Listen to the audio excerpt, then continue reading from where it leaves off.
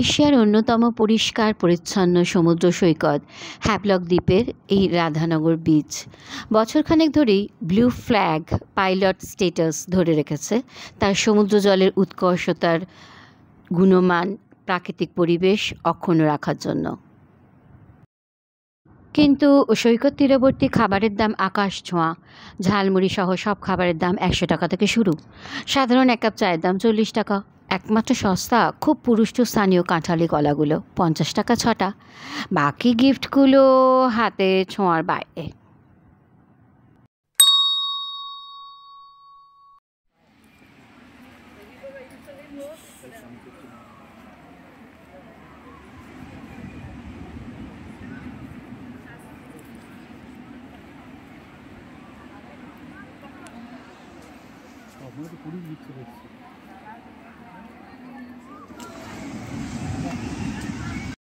এই বিচটি বিখ্যাত তার সানসেট ভিউ দেখার জন্য।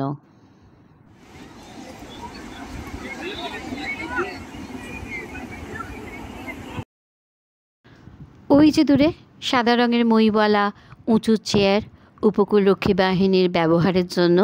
বিকেল 4:30টাতে বিচে পৌঁছেই আগে আমি ওটা দখল করে ওপরে চড়ে বসলাম।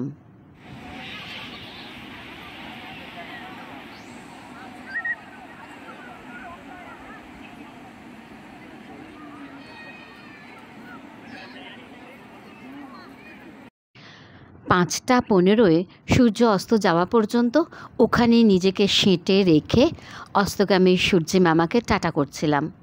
অনেক পর্যটক এসে এখানে ওঠার জন্য রিকোয়েস্ট করলেও আমি তখন বোবা কালামের অ্যাক্টিং শুরু করলাম।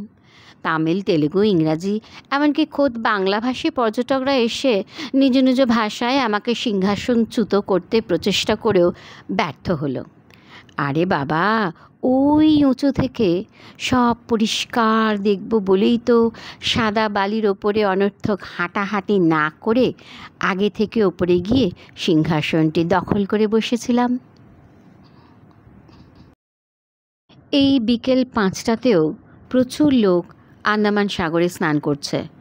কোস্ট গার্ডের স্পিডবোটগুলিও পাহারা দিচ্ছে যাতে কোনো অঘটন না ঘটে।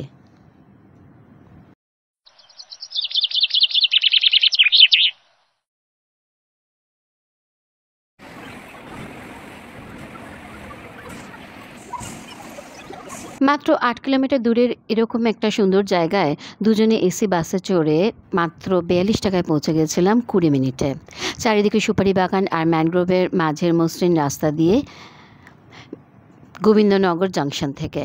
ফিরেছেও হোটেলে সেভাবেই। প্রাইভেট কার ওইটুকু রাস্তা আসতে নিচ্ছে 1800 থেকে 2000 টাকা, আর অটো শুধু 1 পিঠ হলে 400 টাকা, 2 পিঠ হলে 600 টাকা। সরকার থেকে যখন 8 ঘন্টা অন্তর অন্তর এখানে বাস সার্ভিস চালু করেছেন তখন কেন মিছে পয়সা খরচা করব?